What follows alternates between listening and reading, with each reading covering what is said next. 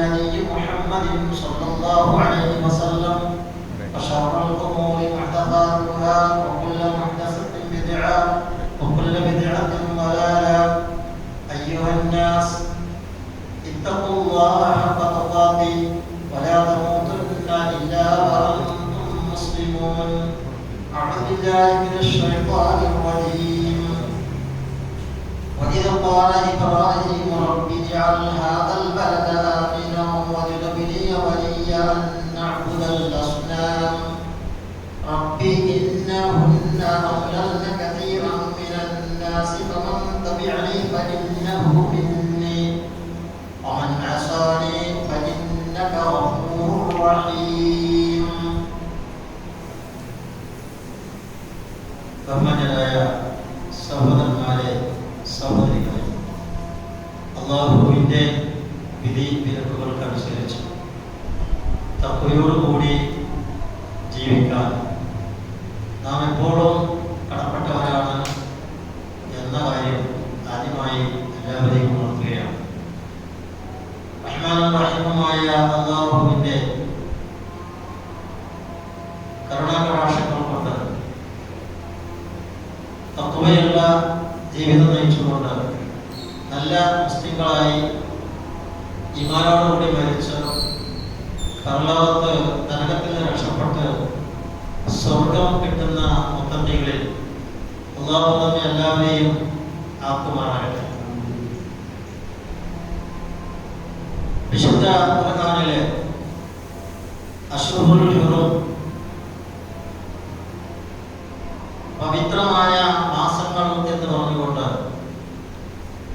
ഹജ്ജ് ഉൾക്കൊള്ളുന്ന തുടർച്ചയായ 3 മാസങ്ങൾ ദിൽഖഅദ, ദിൽഹിജ്ജ, മുഹറം എന്നീ 3 മാസങ്ങൾ തുടർച്ചയായി ഇടയിൽ വരുന്ന റജബ് മാസവും പവിത്ര മാസങ്ങളായി അർബഅത്തുൽ ഹുറൂം എന്നും വിശുദ്ധ ഖുർആൻ പറഞ്ഞിട്ടുള്ള മാസത്തിലെ ദിൽഖഅദ മാസത്തെ 29-ാം തീയതിയിലാണ് നാം ഇന്ന് നിൽക്കുന്നത്.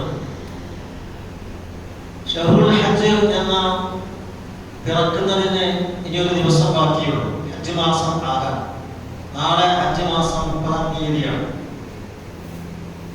ഇന്ന് ദുൽഖഅദ 29-ആണ്. ഇന്ന് പുലർച്ചെ രാവിലെ സൂര്യോദയത്തിന്റെ മുൻപ് ഈ മാസത്തിലെ അവസാനത്തെ കാണാവുന്ന ചന്ദ്രക്കല ഉദിച്ച ദിവസമാണ്. അത് ഉദയത്തോടു കൂടി പിന്നെ കാണാതാവും, കാരണം സൂര്യപ്രഭയിൽ അത് മുങ്ങും. ഇന്ന് അസ്തമനത്തിൽ ഒരിക്കലും ചന്ദ്രക്കല കാണില്ല, ലോകത്തെവിടെയും കാണില്ല. കാരണം ഏതാണ്ട് സൂര്യന്റെ അടുത്തെത്തിക്കഴിഞ്ഞിരിക്കും. 1 ഡിഗ്രി 1 ഡിഗ്രി അടുത്തേയിരിക്കും ഇന്ന് മുഴുവൻ ഏതാണ്ട്. അത് കഴിഞ്ഞ് നാളെ പൂർണ്ണമായും സൂര്യൻ അഭിമുഖമായി നിൽക്കും ചന്ദ്രൻ. അപ്പോൾ ചന്ദ്രന്റെ കറുത്ത ഭാഗം മുഴുവൻ ഭൂമിയിലേക്കും അതിന്റെ വെളുത്ത ഭാഗം സൂര്യന് അഭിമുഖവുമായിരിക്കും. അതുകൊണ്ട് നാളെ അമാവാസി ദിവസം എന്ന് പറയും, ന്യൂ മൂൺ ഡേ എന്ന് ഇംഗ്ലീഷിൽ പറയും. വിലാദത്തുൽ ഖമർ, യൗമു വിലാദത്തുൽ ഖമർ, ഖമർ ജനിക്കുന്ന ദിവസം എന്ന് അറബികൾ പറയാറുണ്ട്. അല്ലെങ്കിൽ യൗമുൽ മിഹാഖ്, അല്ലെങ്കിൽ യൗമുൽ മഹ്ബ് എന്നൊക്കെ പേര് പറയുന്ന ദിവസമാണ് നാളെ. ഈ മാസത്തിന് 30 ദിവസം. അതുകൊണ്ട് നാളെ ചന്ദ്രന് കലയുണ്ടാവില്ല. ഉദയത്തിലും അസ്തമയത്തിലും ചന്ദ്രനെ കാണാൻ പ്രയാസമാണ്. കേരളം പോലെയുള്ള സ്ഥലങ്ങളിൽ നാളെ സൂര്യാസ്തമന ശേഷം 24 മിനിറ്റ് ചന്ദ്രൻ ഉണ്ടാകുമെന്ന് കണക്കുകൾ കൊണ്ട് മനസ്സിലാക്കാം. അത് കാണുക സാധ്യമല്ല. കാരണം കാണണമെങ്കിൽ ഏറ്റവും ചുരുങ്ങിയത് ഒരു 48-50 മിനിറ്റെങ്കിലും സൂര്യാസ്തമന ശേഷം പടിഞ്ഞാറ് ചക്രവാളത്തിൽ ചന്ദ്രൻ ഉണ്ടാകണം. അവിടെ കാണാൻ കഴിയും, മനസ്സിലാക്കാൻ കഴിയും. സൂര്യാസ്തമനത്തിന് ശേഷം ചന്ദ്രൻ 24 മിനിറ്റ് കേരള ചക്രവാളത്തിലൂടെ മക്കയിലും മദീനയിലും അടങ്ങുന്ന ആ പ്രദേശത്ത് മുഴുവൻ ഏതാണ്ട് കുറെ സമയങ്ങളുണ്ട്. അതുകൊണ്ട് നമുക്ക് മനസ്സിലായി മറ്റന്നാൾ അഥവാ ഞായറാഴ്ച ദിൽഹിജ്ജ 1 എന്ന്. അതാണ് ഹജ്ജ് മാസത്തിലെ 1-ാം തീയതി. സൂര്യനും ചന്ദ്രനും വളരെ കണിശമായ കണക്കിന്റെ അടിസ്ഥാനത്തിലാണ് അല്ലാഹു തആല വെച്ചിട്ടുള്ളത്. സർവവും അള്ളാഹുവിന്റെ ഖദറനുസരിച്ചാണ് പ്രപഞ്ചത്തിലുള്ളത്. സൂര്യനും ചന്ദ്രനും ഭൂമിയും കൂടിയിട്ടാണ് നമുക്ക് മാസം നിർണയിച്ചു തരുന്നത്.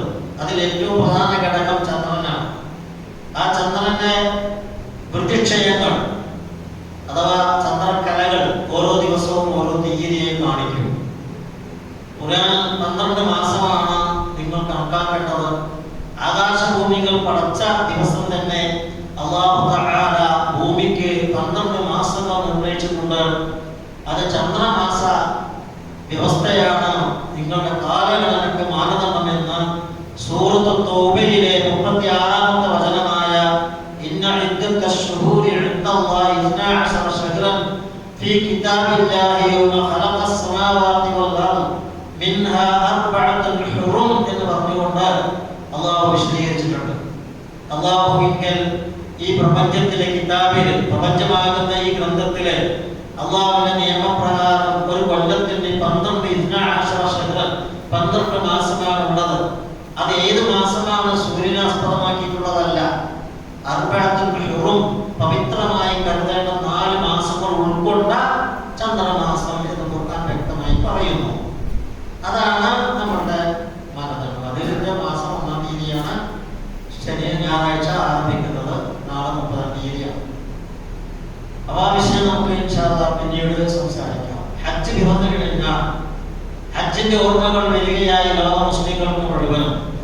ലോകത്തിന്റെ എല്ലാ ഭാഗത്തു നിന്നും മുസ്ലിങ്ങളുടെ പ്രതിനിധികൾ അവർക്ക് ശാരീരികമായും സാമ്പത്തികപരമായും യാത്രാപരമായും ആർക്കൊക്കെ സാധ്യമാകുന്നുവോ ഇന്ന അവ്വല ബൈത്തിൻ ഉദിയ ലിന്നാസി ലല്ലദീ ബിബക്കത മുബാറകൻ വഹുദൻ ലിൽ ആലമീൻ ഫീഹി ആയാതുൻ ബയ്യിനാതുൻ മഖാമു ഇബ്രാഹിം വമൻ ദഖലഹു കാന ആമീന വലില്ലാഹി അലൻ നാസി ഹജ്ജുൽ ബൈത്തി മൻ ഇസ്തതാഅ ഇലൈഹി സബീല ഫമൻ കഫറ ഫഇന്നല്ലാഹ വലിയ്യുൻ ലിൽ ആലമീൻ എന്ന് അല്ലാഹു തആല പറഞ്ഞ ആ ആയത്ത് പ്രകാരം അല്ലാഹു ആദ്യമായി ഭൂമിയിൽ പണിത, അല്ലാഹുവിനെ ആരാധിക്കാൻ വേണ്ടി ഭൂമിയിൽ മനുഷ്യൻ ആദ്യമായി പണിത കഅബാലയം, ആ കഅബാലയത്തിന്റെ അവിടെ ഇബ്രാഹിം നിന്ന് ആരാധനകൾ നിർവഹിച്ചിട്ടുണ്ട്.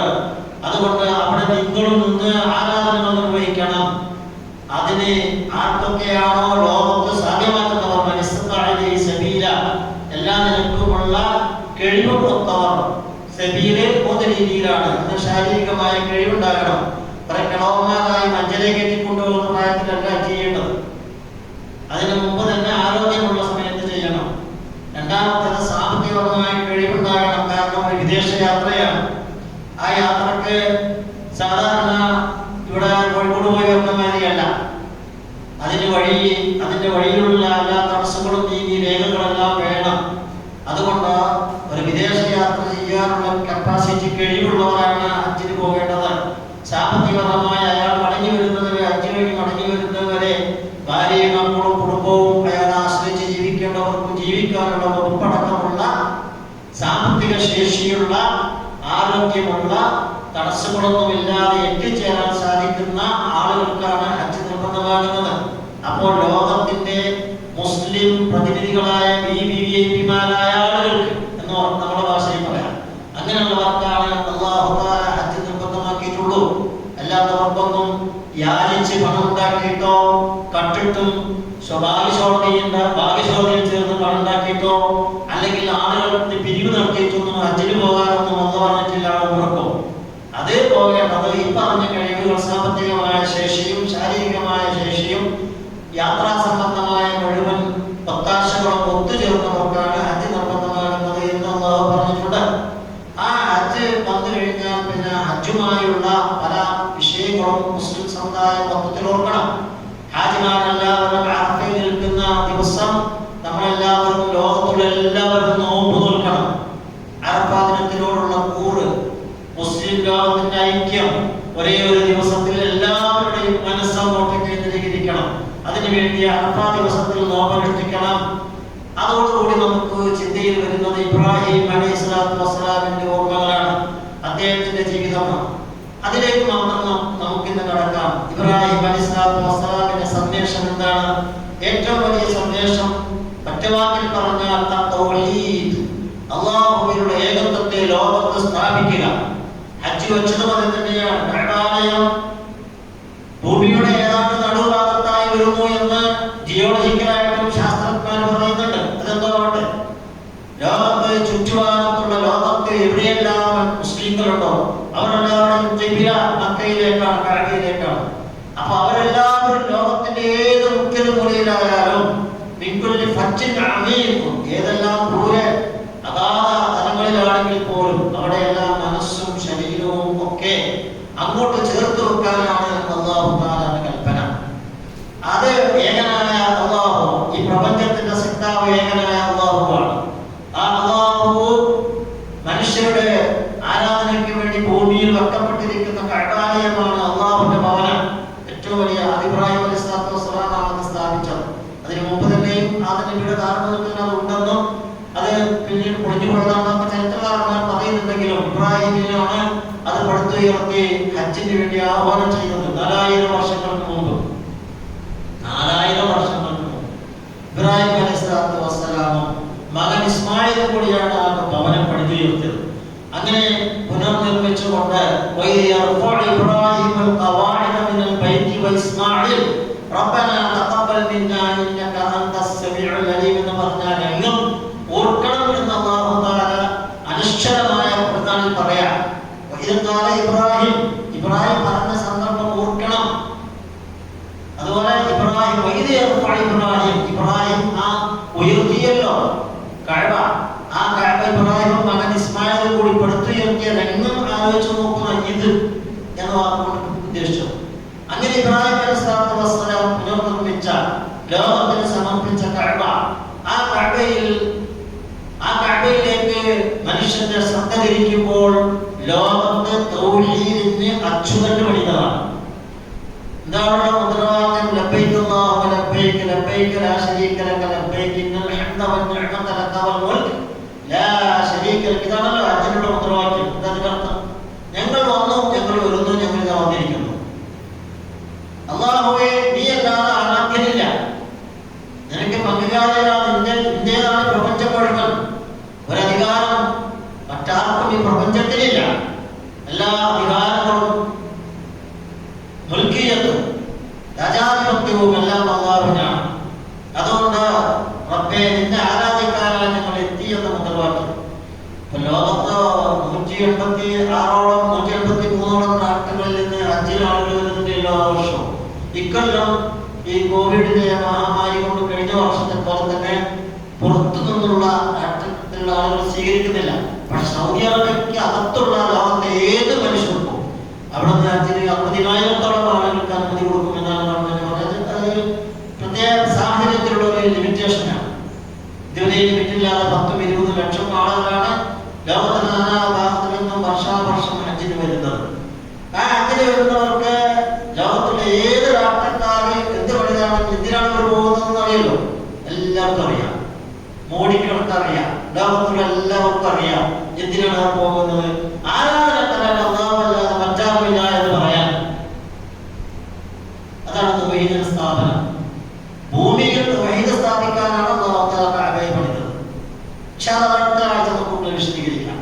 ഇപ്പോൾ ഇബ്രാഹിം അലൈഹിസ്സലാത്തു വസ്സലാമിന്റെ ജീവിതവുമായി ബന്ധപ്പെടുത്തിയിട്ട് ഏറ്റവും വലിയ മഹത്തായ പാഠം, ഈ ഏകനായ അല്ലാഹുവിനെ മാത്രം ആരാധിക്കാനേ പാടുള്ളൂ, അവനെ മാത്രമേ വിളിച്ചു പ്രാർത്ഥിക്കാൻ പാടുള്ളൂ എന്നത് പഠിപ്പിക്കലാണ് ഇബ്രാഹിം നബിയുടെ ജീവിത ദൗത്യം.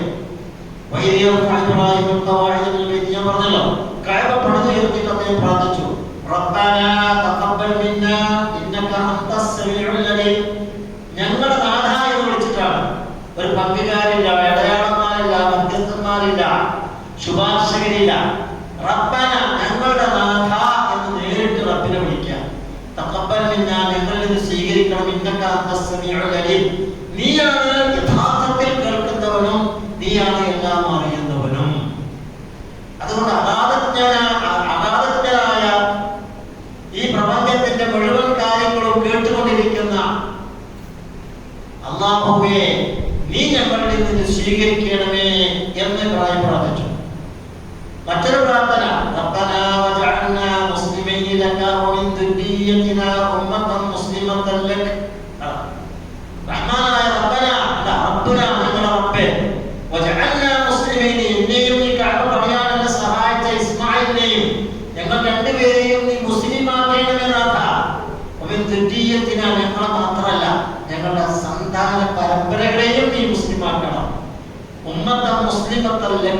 നിന്നെ അനുസരിച്ചുകൊണ്ട് നിനക്ക് ഇബാദത്തെടുക്കുന്ന നിനക്ക് കീഴ്വണങ്ങുന്ന മനുഷ്യന്മാരാക്കിയിട്ട് തീർക്കണം. അതാണ് ഇസ്ലാം എന്ന് പറഞ്ഞാൽ മുസ്ലിം അതാണ് കീഴ്വണങ്ങി ജീവിക്കുന്നത്.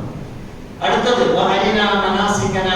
ഞങ്ങൾ കർമ്മങ്ങൾ ചെയ്യാൻ ആരംഭിക്കുകയാണ്. കാര്യം പറഞ്ഞല്ലോ ഇനി അവിടെ ചില കർമ്മങ്ങളൊക്കെ അള്ളാഹു തആല പഠിപ്പിക്കുന്നുണ്ട്. അത് ചെയ്യുന്നതിനുള്ള വഴികളും മാർഗങ്ങളും നീ തന്നെ ഞങ്ങൾക്ക് കാണിച്ചത്. അള്ളാഹുവോട് ചോദ്യം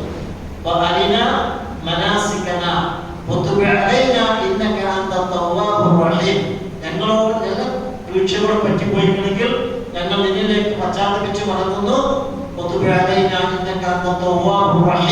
കരുണയോടുകൂടി അടിമകളിലേക്ക് പാപം പുറത്ത് തിരിച്ചു വരുന്നവരാണല്ലോ. അതാണ് മടക്കണം. അള്ളാഹു ഇങ്ങോട്ട് മടങ്ങി വരിക നമ്മളിലേക്ക്. പിണക്കമായിരുന്നു നമ്മൾ തിന്മ ചെയ്തപ്പോൾ, ആ പിണക്കം തീർക്കുകയാണ് തൗബ. ആ പിണക്കം തീർക്കാൻ നമ്മൾ ചെയ്യേണ്ടത് എന്താണ്? റബ്ബിനോട് നിഷ്കളങ്കമായി പ്രാർത്ഥിക്കുക. റബ്ബിനോടാണ് പ്രാർത്ഥിക്കേണ്ടത്. ഞങ്ങളുടെ തമ്പുരാനെ തമ്മിലുള്ള പണ്ടുള്ള തോപൊക്കെ അതന്നെയാണ് വേണ്ടത്. അല്ലാതെ ഔലിയാക്കന്മാരും കബറുകളും വിഗ്രഹങ്ങളും പ്രതിഷ്ഠകളും അതുപോലെയുള്ള ആദൈവങ്ങളും ഒന്നും അള്ളാഹുവിലേക്ക് മധ്യസ്ഥന്മാരല്ല. അപ്പൊ ഇടയാളന്മാരില്ലാതെ പ്രാർത്ഥിക്കാം. ആ ഹജ്ജ് കർമ്മം പോലും നീ ഞങ്ങൾക്ക് പഠിപ്പിച്ചു തരണമെന്നാണ്. പിന്നെ ഈ പ്രാർത്ഥനയാണ് ഇബ്രാഹിമിന്റെ. റബ്ബനാ വബഅഥ് ഫീഹിം റസൂലൻ മിൻഹും യത്ലു അലൈഹിം ആയാതിക വയുഅല്ലിമുഹുൽ കിതാബ വൽ ഹിക്മ വയുസക്കിഹിം ഇന്നക അൻതൽ അസീസുൽ ഹകീം. പ്രാർത്ഥന തന്നെ ഇബ്രാഹിമിന്റെ മില്ലത്ത് മാതൃക പ്രാർത്ഥിക്കുക എന്നത് പഠിപ്പിക്കലാണ്. അത് ആരോട് പ്രാർത്ഥിക്കണം? റബ്ബിനോട് മാത്രം. അതാ റബ്ബന ഞങ്ങളുടെ നാഥ വബഅഥ് ഫീഹിം റസൂലൻ മിൻഹും, ഈ മനുഷ്യരിൽ നിന്ന് നീ പ്രവാചകന്മാരെ അയക്കണം. ഞാൻ എന്റെ മകൻ പിന്നെ ഇസ്ലാമിൽ മാത്രമൊക്കെ നബിമാരായ പോരാ, മനുഷ്യന്മാരെ നബിമാരുണ്ടായിക്കൊണ്ടിരിക്കണം. അതാ അവരിൽ നീ നിയോഗിച്ചുകൊണ്ടിരിക്കണം. റസൂലൻ മിൻഹും, അവരിൽ നിന്ന് തന്നെ അവർക്കുള്ള ദൂതന്മാരെ. യത്ലു അലൈഹിം, എന്തിനായിരിക്കണം ആ പ്രവാചകന്മാർ? യത്ലു അലൈഹിം ആയാതിക, നിന്റെ ആയത്തുകൾ ദൃഷ്ടാന്തങ്ങൾ അവർക്ക് ഓതിക്കേൾപ്പിച്ച് പഠിപ്പിച്ചു കൊടുക്കുക. വയുഅല്ലിമുഹുൽ കിതാബ, അവർക്ക് എഴുത്തും വായനയുമാകുന്ന സംസ്കാരത്തിന്റെ ആ വിത്തുണ്ടല്ലോ അത് അവരെ പഠിപ്പിക്കാം. വൽ ഹിക്മ, താത്വികമായ വശങ്ങൾ, എല്ലാ വിഷയത്തിനും ഒരു ഹുക്മും മഖ്സൂദ് ഉണ്ടാകും, ഒരു പരമ ലക്ഷ്യമുണ്ടാകും. അതാണ് ഹിക്മത്ത്. അതും പഠിപ്പിച്ചു കൊടുക്കണം. അങ്ങനെയുള്ള പ്രവാചകന്മാരെ നിയോഗിക്കണം. മാത്രമല്ല ഈ കിതാബ് അല്ലാഹുവിന്റെ ആയത്തുകൾ ഓതിക്കൊടുത്ത് എഴുത്തും വായനയും അവരെ പഠിപ്പിച്ച് താത്വികമായ വിഷയങ്ങൾ ബോധ്യവൽക്കരിച്ച് അവർ സംസ്കരിച്ചെടുത്ത് മനുഷ്യരാണ്. അങ്ങനെയുള്ള പ്രവാചകന്മാരെ നിയോഗിക്കണം. ആ പ്രവാചകന്മാരുടെ ഏറ്റവും സുപ്രധാനമായ 4 ഡ്യൂട്ടിയാണ് പറഞ്ഞത്. ഒന്ന്, ദൈവം കൊടുക്കുന്ന വചനങ്ങൾ അവർക്ക് കൃത്യമായി എത്തിച്ചു കൊടുക്കുക, ഓതിയിട്ടും വായിച്ചിട്ടും ഒക്കെ. അത് പഠിക്കാനും മനസ്സിലാക്കാനുമുള്ള എഴുത്തും വായന ഉപാധികൾ എന്തൊക്കെ അതെല്ലാം ആ പ്രവാചകന്മാർ ചെയ്യണം. അതിനോടൊപ്പം അതിന്റെ താത്വിക വശം വിശദീകരിച്ചു കൊടുക്കണം. എന്നിട്ട് അവരെ ജീവിപ്പിക്കണം. സാംസ്കാരികപരമായ സംസ്കാരത്തോടുകൂടി അവരെ മനുഷ്യരായി ജീവിക്കുന്ന രീതിയിൽ പഠിപ്പിക്കണം. അതിനുവേണ്ടി പ്രവാചകന്മാരെ നിയോഗിക്കണം. നീ മഹാപ്രതാപമുള്ളവരും മഹാതത്വജ്ഞാനിയുമായവനാണല്ലോ റബ്ബേ, അതുകൊണ്ട് ഇത് ചെയ്യണമെന്ന് ഇബ്രാഹിം ആർക്ക് വേണ്ടി പ്രാർത്ഥിക്കുന്നു?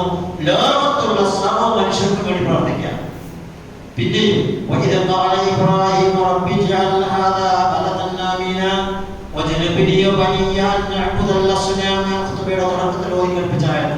റഹ്മാനായ റബ്ബേ, ഇബ്രാഹിം പറഞ്ഞ സന്ദർഭവും ഈ നാട്ടിനെ, ഞാൻ കഅബ പണിതിരിക്കുന്ന ഈ പരിശുദ്ധമായ നാട്ടിനെ നീ വളരെ അന്നുള്ള സുരക്ഷിതത്വമുള്ള ഒരു വീടാണ്, ഒരു നാടാണ്. അവിടെ സുരക്ഷിതത്വം ഉണ്ടായാൽ ലോകത്തുള്ള മുസ്ലിങ്ങൾക്കൊക്കെ സമാധാനമാകും. അതുകൊണ്ട് നിർഭയത്വമുള്ള ഒരു നാടാണ് അവിടെ. ഒരു പുല്ല് പോലും പറിച്ചു കളയാൻ പാടില്ല. ഹറമിൽ ചെന്നാൽ ഒരു ജീവിയെയും കൊല്ലാൻ പാടില്ല. അഭയം, കൊലയാളിയായ മനുഷ്യൻ ഹറമിൽ അഭയം തേടിയാൽ കൊല്ലാൻ പാടില്ല. അവനെ കൊലയാളിയെ കൊല്ലാൻ പോലും പാടില്ല. ഹറമിൽ വെച്ച് പുറത്തു കൊണ്ടുപോയിട്ട് ശിക്ഷാവിധി എന്ന നിലക്ക് പിന്നീട് കൊടുക്കുന്നല്ലാതെ അന്നേരാഭയന്നല്ല. ഒരു ജീവിയെയും കൊല്ലാൻ പാടില്ല. ഉപദ്രവകരമായ ജീവികൾ ഉണ്ടാകാം, അല്ല പാമ്പോ അതിനെ വേണമെങ്കിൽ നിങ്ങൾക്ക് നശിപ്പിക്കാമെന്ന് പറഞ്ഞിട്ടുണ്ട്. അത്രയും ഉണ്ടായിരിക്കണം. മക്കളെ ഹരിപ്പോയവർക്കറിയാം, പ്രാവുകളൊക്കെ ആയിരക്കണക്കിന് പ്രാവുകൾ, മനുഷ്യന്മാർ ഒരു പേടിയില്ലാത്ത മാറ്റാണ്. അവ തിന്നാമെന്ന് നമ്മുടെ അടുത്ത് കൂടെ നമ്മൾ വഴി മാറി തരും, ചിലപ്പോൾ വഴി മാറി തരൂല, നമ്മളെ പിടിച്ച് നീക്കണം പ്രാവുകളെ. ഇത്ര സുരക്ഷിതത്വം ജീവജാലങ്ങൾക്ക് അടക്കമുള്ള ഭൂലോകത്തെ ഏക സ്ഥലം ഇബ്രാഹിമിന്റെ പ്രാർത്ഥനയാണ്. അതുകൊണ്ട് റബ്ബേ, ഈ നാട്ടിലെ നീ നിർഭയമുള്ള നാടാക്കണം. എന്നിട്ട് പ്രാർത്ഥിക്കുന്ന പ്രാർത്ഥനയല്ല എന്നെയും എന്റെ സന്താനങ്ങളെയും എന്റെ മക്കളെയും വിഗ്രഹാരാധനയിൽ നിന്ന് രക്ഷിക്കണം. വിഗ്രഹം ആരാധിക്കുന്ന, പ്രതിഷ്ഠ ആരാധിക്കുന്ന, ബിംബാരാധനയാകുന്ന, അല്ലാഹുവില്ലാത്തവർക്ക് പങ്കു ചേർക്കുന്ന ആരാധനയുണ്ടല്ലോ, ആ ആരാധനയിൽ നിന്ന് എന്നെയും എന്റെ മക്കളെയും കാത്തുരക്ഷിക്കണം. അതിലേക്ക് ഒരിക്കലും ഞങ്ങൾ ചെല്ലാൻ പാടില്ല. ആ രീതിയിലുള്ള പ്രാർത്ഥന. പിന്നെ ഇങ്ങനെ പ്രാർത്ഥന തുടങ്ങുകയാണ്. പടച്ചവനെ, ഈ വിഗ്രഹങ്ങളിൽ എത്ര മനുഷ്യരെയാണ് അപകടത്തിൽപ്പെടുത്തിയിരിക്കുന്നത്. ആ വിഗ്രഹം കാരണമായിട്ട് എത്ര മനുഷ്യരാണ് നരകത്തിലേക്ക് കൂലകുത്തി ഒഴുകുന്നത്. ഇന്ത്യാരാജ്യം കാണില്ലേ? ഇവിടെയുള്ള മപ്രാരി കാണില്ലേ? ഉള്ള ജാതകളും കബറുകളും കെട്ടിപ്പൊക്കി എല്ലാ വിഗ്രഹങ്ങൾക്ക് സമാനമായ ആരാധന നടത്തി കാണുന്നില്ലേ നമ്മൾ ശാസ്ത്രജ്ഞരായ, ബുദ്ധിമാന്മാരായ, ഇരുകാലി ദൈവങ്ങളായ മനുഷ്യന്മാരെ പൂജിക്കുന്നത്? നാനാജാതിവർഗവും അതിൽ മുസ്ലിംകൾ എന്ന് പറയുന്ന വിഭാഗമുണ്ട്, അല്ലാത്തവരുണ്ട്. ഇബ്രാഹിം നബി പ്രാർത്ഥിച്ചതാണ് അസ്നാമുകളെ, വിഗ്രഹങ്ങളെ, പ്രതിഷ്ഠകളെ, ബിംബങ്ങളെ, അല്ലാഹുവല്ലാത്ത ആരാധ്യ വസ്തുക്കളെ ആരാധിക്കുന്ന ഒരവസ്ഥ എനിക്ക് എന്റെ മക്കൾക്കുണ്ടാക്കരുത്.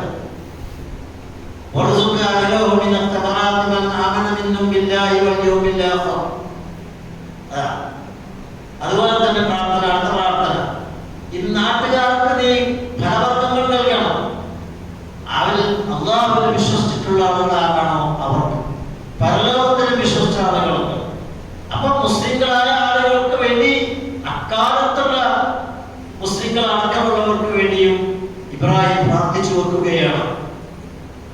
ഇനിയും പ്രാർത്ഥന, റബ്ബനാ ഇന്നി അസ്കൻതു മിൻ ദുർരിയത്തി ബിവാദിൻ ഗൈരി ദീ സറഇൻ ഇൻദ ബൈതിക്കൽ മുഹറം.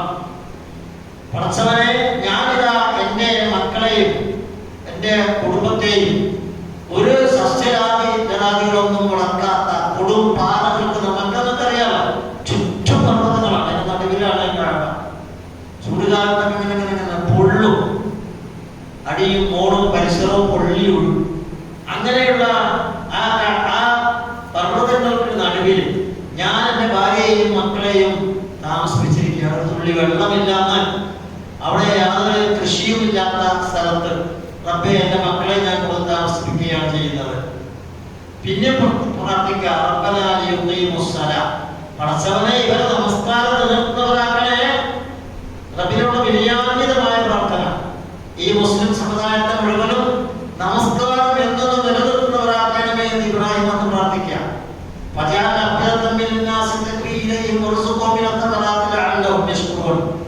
അവരുടെ ഹൃദയങ്ങളെല്ലാം, മനുഷ്യരുടെ എല്ലാവരുടെയും ഹൃദയം ആ ആരാധന നിർവഹിക്കുന്ന, ആ കഅബയെ നിലകൊള്ളുന്ന അന്നാട്ടുകാരിലേക്കും എന്റെ മക്കൾക്കും ഭാര്യമാർക്കും എല്ലാം അവിടെ ശ്രദ്ധയുണ്ടാകുന്ന രീതിയിൽ നീ സംവിധാനം ചെയ്യണമേ. അവർക്ക് ഭക്ഷണം കൊടുക്കേണ്ടവേ, പലവർഗ്ഗങ്ങൾ. അവർ നന്ദി കാണിക്കുമല്ലോ. നിർത്തി പറയാൻ, വിശദീകരിക്കാൻ സമയമില്ലാത്തവർ പറഞ്ഞു പോകണം. അടുത്ത പ്രാർത്ഥന, റബ്ബനാ ഇന്നക തഅലമു മാ നഖ്ഫി വമാ നഅ്ലിൻ വമാ യഖ്ഫാ അലല്ലാഹി മിൻ ശൈഇൻ ഫിൽ അർദി വലാ ഫിസ് സമാ. ഞങ്ങളുടെ നാഥാ, നീ എന്തെല്ലാം ഞങ്ങൾ മറച്ചു വെക്കുന്നുവോ അതും, ഞങ്ങൾ എന്തെല്ലാം ഒളിവാക്കുന്നു, ഞങ്ങൾ ഹൃദയത്തിനകത്തുള്ളതും പുറത്തുള്ളതും എല്ലാം നീ അറിയുന്നവരാണ്. അതുകൊണ്ട് ഒന്നും നിന്റെ മേൽ മറച്ചു വെക്കാൻ ഞങ്ങൾക്ക് കഴിയില്ല. ആകാശത്തായാലും ഭൂമിയിലായാലും. വീണ്ടും പ്രാർത്ഥിക്കുക, അൽഹംദുലില്ലാഹി അല്ലദീ വഹബ ലി അൽ കിബ്രി ഇസ്മാഈല വ ഇസ്ഹാഖ ഇന്ന റബ്ബി ലസമീഉ ദുആ. പടച്ചവനെ, നിനക്ക് സ്തുതി തന്നെ. കാരണം പ്രായാധിക്യമായി ഭാര്യ അമ്മയായിരിക്കുന്ന സമയത്ത് എന്റെ പ്രാർത്ഥന മാത്രം സ്വീകരിച്ചിട്ട് ഇസ്മാഈലും ഇസ്ഹാഖും എന്ന് പറയുന്ന രണ്ട് മഹോന്നതന്മാരായി തീർന്ന രണ്ട് മക്കളെ സംഭാവന ചെയ്ത നാഥ, നിന്നെ ഞങ്ങൾ സ്തുതിക്കുന്നു, നിന്റെ നീ പ്രാർത്ഥന കേൾക്കുന്നവനാണ്. അപ്പൊ മക്കളെ ചോദിക്കാനും റബ്ബിനോട്, മക്കളെ കിട്ടിയാലും റബ്ബിനാണ് നന്ദി. റബ്ബിജഅൽനി മുഖീമസ്സലാത്തി മിൻ ദുരിയത്തി റബ്ബനാ വതഖബ്ബൽ ദുആ. റഹ്മാനായ റബ്ബേ, ഞങ്ങളെ നമസ്കാരം നിലനിർത്തുന്ന തലമുറയാക്കണം. എന്റെ സന്താന പരമ്പരകളെയും, വീണ്ടും നമസ്കാരത്തിന്റെ കാര്യം പറയാം, റബ്ബനാ തഖബ്ബൽ മിന്നാ, ഞങ്ങളിൽ നിന്ന് സ്വീകരിക്കണം ദുആ. റബ്ബനാ ഖുർലി വലിവാലിദയ്യ, എനിക്ക് പുറത്തു തരണം, എന്റെ മാതാപിതാക്കൾക്ക് പുറത്തു തരണം. വലിൽ മുഅ്മിനീന യൗമ യഖൂമുൽ ഹിസാബ്, പരലോകം എന്ന് പറയുന്ന ഒരു അവസരം ഉണ്ടല്ലോ, അവിടെ വന്നാൽ ഞാനോ എന്റെ മാതാപിതാക്കളോ മുസ്ലിങ്ങൾ മുഅ്മിനുകളായ ആരുമോ പാപികളായത് അവരുടെ എല്ലാ പാപങ്ങളും നീ പുറത്തു കൊടുക്കണം. ഇങ്ങനെ സ്വന്തം നഫ്സിന് വേണ്ടി, സ്വന്തം മാതാപിതാക്കൾക്ക് വേണ്ടി, സ്വന്തം സന്താന പരമ്പരകൾക്ക് വേണ്ടി, സ്വന്തം കുടുംബത്തിന് വേണ്ടി, സ്വന്തം നാട്ടിന് വേണ്ടി, ലോകത്തുള്ള സർവ്വ മുഅ്മിനീങ്ങൾക്കും വേണ്ടി, ഉമ്മത്തിന് വേണ്ടി, സമൂഹങ്ങൾക്ക് മുഴുവനും പ്രാർത്ഥിച്ച മഹാനായ ഇബ്രാഹിമിന്റെ ആ സന്ദേശമാണ്, പ്രാർത്ഥന സന്ദേശമാണ്. അദ്ദുആഉ ജമീഅൻ ഇലല്ലാഹി വഹദ, എല്ലാ പ്രാർത്ഥനയും അല്ലാഹുവിനോട് മാത്രം. വലാ യുശ്രികു ബിഇബാദത്തി റബ്ബിഹി അഹദ, അവന് ഈ ദുആ എന്ന് പറയുന്ന ആരാധന ചെയ്യുന്നതിൽ മറ്റാരെയും പങ്കാളികളാക്കാൻ പാടില്ല. ഈ മില്ലത്തിനെ സ്വീകരിക്കാനാണ് അല്ലാഹു പറഞ്ഞത്, മില്ലത്ത അബീക്കും ഇബ്രാഹിം. ആ ഇബ്രാഹിമിന്റെ മില്ലത്തിനെ നിങ്ങൾ അപ്പടി സ്വീകരിക്കുക. ഫത്തബിഉ മില്ലത്ത ഇബ്രാഹിം ഹനീഫ, വഖറയില്ലാതെ റബ്ബിലേക്ക് ആരാധിച്ച മഹാനായ മനുഷ്യൻ. എന്തിന്? യഖൂലു റസൂലു ഷഹീദൻ അലൈക്കും വതഖൂനു ശുഹദാ അലന്നാസ്, താങ്കൾ ലോകത്തുള്ള സർവ്വ മനുഷ്യർക്കും സാക്ഷിയാകണം. ലോകരെല്ലാവരും താങ്കൾ നബിയായിരുന്നു എന്നും സാക്ഷ്യം വഹിക്കണം. ആ രീതിയിൽ മുഹമ്മദ് നബി ഇത് പ്രബോധനം ചെയ്തു.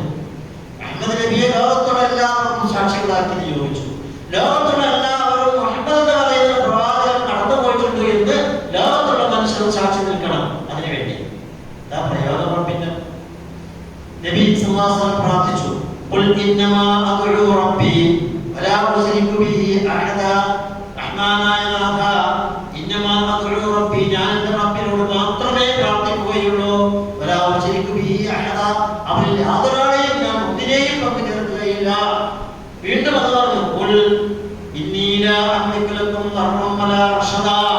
മുഹമ്മദിനോട് അല്ലാഹു പറയാ, മുഹമ്മദ് നബിയാണെന്ന് വിചാരിച്ചിട്ട് ഈ ലോകത്തുള്ള എല്ലാ മനുഷ്യൻ രക്ഷിക്കുമെന്ന് വിചാരിക്കണ്ട.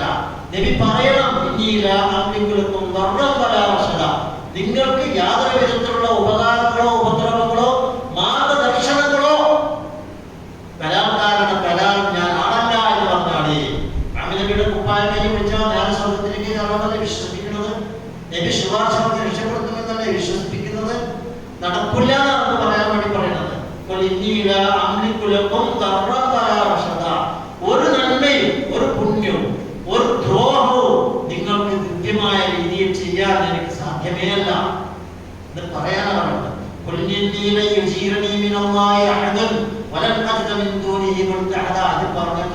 വിഷയം അവസാനിപ്പിക്കാൻ നബി ഇങ്ങനെ പറയുക, അല്ലാഹുവല്ലാത്ത ആരോടും ഞാൻ അഭയം തേടുകയില്ല. അല്ലാഹുവല്ലാത്ത ആരോടും ഞാൻ അഭയം തേടുന്നതല്ല. അങ്ങനെയെങ്ങാനും ഞാൻ അഭയം തേടിയാൽ പിന്നെ എന്റെ കഥയെന്ത്? എനിക്ക് പിന്നെ ആരാണ് രക്ഷകനായ ലോകത്ത് കിട്ടുക? കിട്ടില്ല. അപ്പൊ റബ്ബിലേക്ക് മടങ്ങുക, അവരെ മാത്രം ആരാധിക്കുക, അവങ്കിലേക്ക് നമ്മളെല്ലാം തിരിക്കുക. ഇതാണ് ഹജ്ജ് വരുമ്പോൾ ഇബ്രാഹിം നബിയുടെ ജീവിത പാഠം പഠിപ്പിക്കുന്ന ഏറ്റവും മഹത്തരമായ ഒന്നാം പാഠം, ബാലപാഠം. ഇതിലാണ് ഏറ്റവും അധികം അക്രമങ്ങളും അനീതികളും ലോകം നടത്തിക്കൊണ്ടിരിക്കുന്നത്. അതിൽ നിന്ന് മുക്തമാക്കാനാണ് എല്ലാ കൊല്ലവും ഹജ്ജ് എന്ന് പറയുന്ന കർമ്മത്തെ അല്ലാഹു വെച്ചിരിക്കുന്നത്. ഇത് പുതുക്കിക്കൊണ്ടിരിക്കാൻ നമ്മുടെ ഈമാൻ പുതുക്കാൻ, നമ്മുടെ തൗഹീദ് പുതുക്കാൻ, അല്ലാഹുവിന്റെ ആരാധന പുതുക്കാൻ. അതുകൊണ്ട് ഇബ്രാഹിമിന്റെ ഹജ്ജ് വരുമ്പോൾ ഇബ്രാഹിം അലൈഹിസ്സലാത്തു വസ്സലാമിന്റെ ജീവിത ദൗത്യം മനസ്സിലാക്കുക. റഹ്മാനായ അല്ലാഹു സുബ്ഹാനഹു വ തആല അല്ലാഹുവിനെ മാത്രം ആരാധിക്കുന്ന യഥാർത്ഥ അടിമകളായി ജീവിക്കാൻ നമ്മെ എല്ലാവരും തൗഫീഖ് ചെയ്യുമാറാകട്ടെ.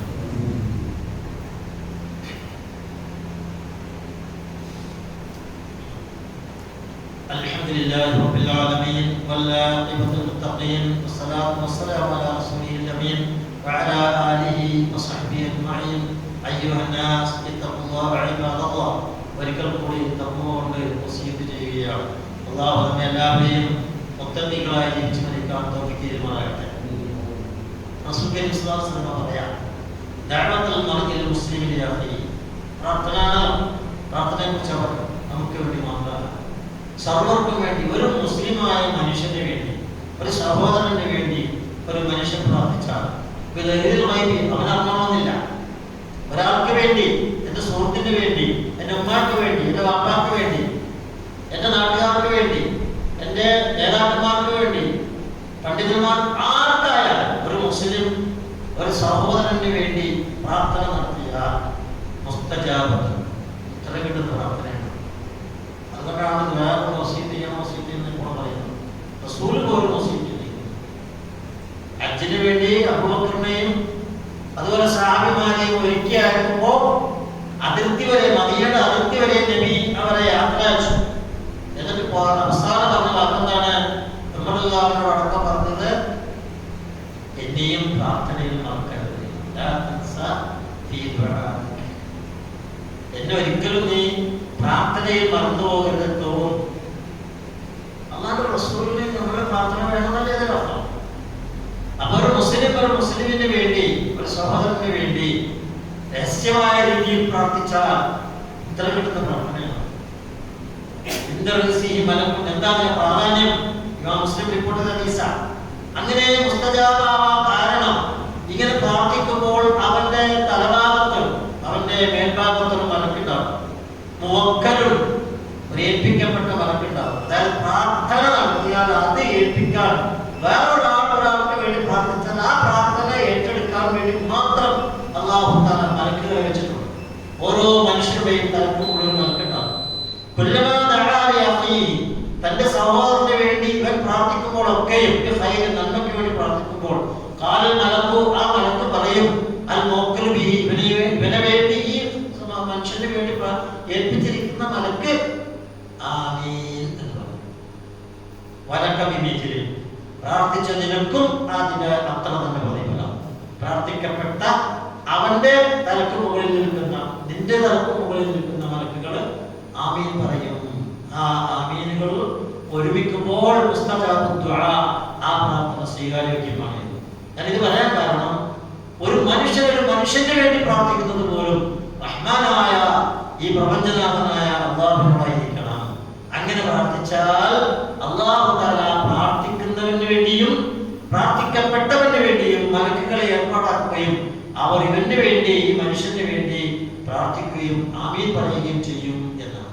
അതുകൊണ്ട് ഇബ്രാഹിം അലൈഹിസ്സലാത്തു വസ്സലാമിന്റെ ജീവിതവുമായി ബന്ധപ്പെട്ട് വരുന്ന ഹജ്ജ് കർമ്മത്തിലെ ഏറ്റവും അതിശക്തമായ അദ്ദേഹത്തിന്റെ ദൗത്യവും സന്ദേശവും, ഹജ്ജിന്റെ ഏറ്റവും വലിയ ആ സന്ദേശവുമായിട്ട് മുഅ്മിനുകളും മുസ്ലിങ്ങളും ലോകത്തുള്ള സർവ്വ മനുഷ്യരും മനസ്സിലാക്കേണ്ടത്, റഹ്മാനായ അല്ലാഹുവിനോട് മാത്രം പ്രാർത്ഥിക്കുക, ആ പ്രാർത്ഥന നിഷ്കളങ്കമായിരിക്കുക, അതിൽ യാതൊരാളെയും മധ്യവർത്തികളാക്കാതിരിക്കുക, വക്രതയില്ലാതെ നേർക്കുനേരെ അല്ലാഹുവിനോട് മാത്രം പ്രാർത്ഥിക്കുക. അതിനെ മുഹമ്മദ് നബി സല്ലല്ലാഹു അലൈഹി വസല്ലമയോട് പറഞ്ഞത് ഇബ്രാഹിമിന്റെ മില്ലത്തിനെ പിന്തുടരുക എന്നാണ്. ഫത്തബിഉ മില്ലത അബീകും ഇബ്രാഹിം, നിങ്ങളുടെ പൂർവ്വപിതാവായ ഇബ്രാഹിമിന്റെ ആ മില്ലത്തിനെ അപ്പടി പകർത്തിക്കൊണ്ട് ആ പ്രാർത്ഥന അടക്കമുള്ള എല്ലാത്തിനും ഇബ്രാഹിമിന്റെ മാതൃക സ്വീകരിച്ചുകൊണ്ട് ജീവിക്കുക എന്നാണ്. റഹ്മാനായ അല്ലാഹു സുബ്ഹാനഹു വ തആല വിവിധ കാര്യങ്ങൾ മനസ്സിലാക്കി അല്ലാഹുവിനെ മാത്രം ആരാധിക്കുന്ന യഥാർത്ഥ മുത്തഖീകളായി ജീവിക്കാൻ അല്ലാഹു നമ്മെ എല്ലാവരും തൗഫീഖ് ചെയ്യുമാറാകട്ടെ. റഹ്മാനായ റബ്ബേ, ചെറുതും വലുതുമായ എല്ലാ പാപങ്ങളും ഞങ്ങൾക്ക് നീ പുറത്തു മാപ്പാക്കണമേ. ഞങ്ങളുടെ മാതാപിതാക്കൾക്കും ഞങ്ങളുടെ മക്കൾക്കും ഞങ്ങളുടെ ഭാര്യമാർക്കും നമ്മുടെ കുടുംബങ്ങൾക്കും എല്ലാവർക്കും നീ പുറത്തു കൊടുക്കണമേ. റഹ്മാനെ, എല്ലാ മുഅ്മിനുകൾക്കും നീ പുറത്തു കൊടുക്കണമേ. റഹ്മാനെ, അല്ലാഹുവേ, മഹാമാരിയായ രോഗം കൊണ്ട് ഇപ്പോഴും ലോകം ചക്രം കറങ്ങുകയാണ്. റഹ്മാനെ, ഈ വിപത്ത് നീ പിൻവലിച്ച് ഞങ്ങൾക്ക് ശാന്തിയും സമാധാനവും നൽകി അനുഗ്രഹിക്കപ്പെടുന്നവരെ. ഒരു ഭാഗത്തെ രോഗം പരക്കുമ്പോൾ ഒരു ഭാഗത്ത് ഇല്ലാതാക്കുന്ന, ഒരു ഭാഗത്ത് വീണ്ടും പരക്കുന്നു, വീണ്ടും തുറക്കുന്നു. ഈ രീതിയിൽ റഹ്മാനായ റബ്ബേ, മനുഷ്യരെ മുഴുവൻ പിടിച്ചു കൊടുക്കുന്ന ഈ ഭയങ്കരമായ രോഗത്തിൽ നിന്ന് ഞങ്ങൾ എല്ലാവരെയും നീ കാത്തുരക്ഷിക്കണേ റബ്ബേ. നിന്നിലേക്ക് മടങ്ങാനല്ലാതെ ഞങ്ങൾക്ക് യാതൊരു നിർവാഹവുമില്ല റബ്ബേ. നീയാണ് എല്ലാത്തിന്റെയും കടിഞ്ഞാണ്, നിന്റെ കയ്യിലാണ് നാസിയത്തുൽ ഇഖ്ലാസ്. ഈ പ്രപഞ്ചത്തിന്റെ മുഴുവൻ സൃഷ്ടികർത്താവും നിയന്ത്രകനും അറിയുന്നവനും കാണുന്നവനും കേൾക്കുന്നവനും എല്ലാം നീയാണ് റബ്ബേ. നീ ഞങ്ങളെ ഈ വിപത്തിൽ നിന്ന് രക്ഷപ്പെടുത്തി സമാധാനം മരിച്ചുപോയ സർവ്വ മുഅ്മിനീങ്ങൾക്ക് നീ പുറത്തു കൊടുക്കണമേ റഹ്മാനെ. ഞങ്ങളുടെ കഷ്ടപ്പാടുകൾ പലതും എന്തെല്ലാം വിധത്തിലാണ് അനുഭവിക്കുന്നത്. കഴിഞ്ഞ ആഴ്ച നമ്മൾ പറഞ്ഞതുപോലെ ഒരുപാട് കഷ്ടപ്പാടുകളും ബുദ്ധിമുട്ടുകളും പട്ടിണികളും എല്ലാവർക്കും നീ ആശ്വാസം സമാധാനം നൽകണമേ. അവരെല്ലാം സഹായിക്കാനുള്ള മനസ്തുതിയും കഴിവും തൗഫീഖും ഞങ്ങൾക്ക് നീ തന്ന് അനുഗ്രഹിക്കണമേ നാഥ. റഹ്മാനായ അല്ലാഹുവേ, ഞങ്ങളെ നല്ല മുസ്ലിങ്ങളായി ജീവിക്കാൻ തൗഫീഖ് ചെയ്യുന്നവരുടെ ഈമാനോടുകൂടി ഞങ്ങളെല്ലാവരും മരിപ്പിക്കണമേ നാഥ.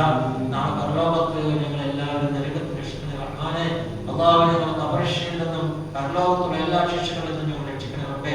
നിന്റെ മഹത്തായ അനുഗ്രഹം കൊണ്ട് സ്വർഗം തന്ന് ഞങ്ങൾ നീ അനുഗ്രഹിക്കണമേ നാഥ. അല്ലാഹുമ്മ ഗ്ഫിർ ലിൽ മുഅ്മിനീന വൽ മുഅ്മിനാത്ത് വൽ മുസ്ലിമീന വൽ മുസ്ലിമാത്ത് അൽ അഹ്യാഇ മിൻഹും വൽ അംവാത്ത്. ربنا ظلمنا أنفسنا وإن لم تغفر لنا وترحمنا لنكونن من الخاسرين. ربنا لا تزغ قلوبنا بعد إذ هديتنا وهب لنا من لدنك رحمة إنك أنت الوهاب.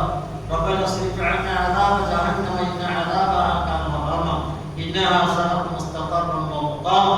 ربنا هب لنا من أزواجنا وذرياتنا قرة أعين واجعلنا للمتقين إماما. ربنا آتنا في الدنيا حسنة وفي الآخرة حسنة وقنا عذاب النار. ربنا تقبل منا دعاءنا إنك أنت السميع العليم وتب علينا إنك أنت التواب الرحيم واغفر لنا